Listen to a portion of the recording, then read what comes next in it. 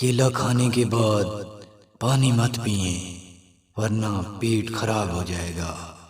اگر پیٹ میں گیس ہو جائے تو 2 ٹکڑے ادرک کے چائے میں ڈال کر پی لیں، گیس کا مسئلہ حل ہو جائے گا۔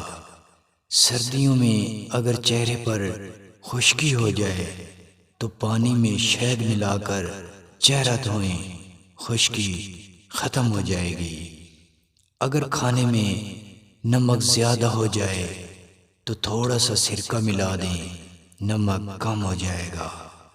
اگر پیاز کاٹتے وقت ہاتھوں سے بو آئے تو ہاتھوں پر سرکہ لگائیں، بو ختم ہو جائے گی۔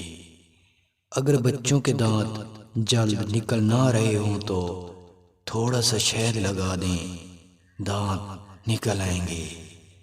اگر کپڑوں پر داغ لگ جائیں تو پانی میں سرکہ ڈال کر دھوئیں، داغ ختم ہو جائیں گے۔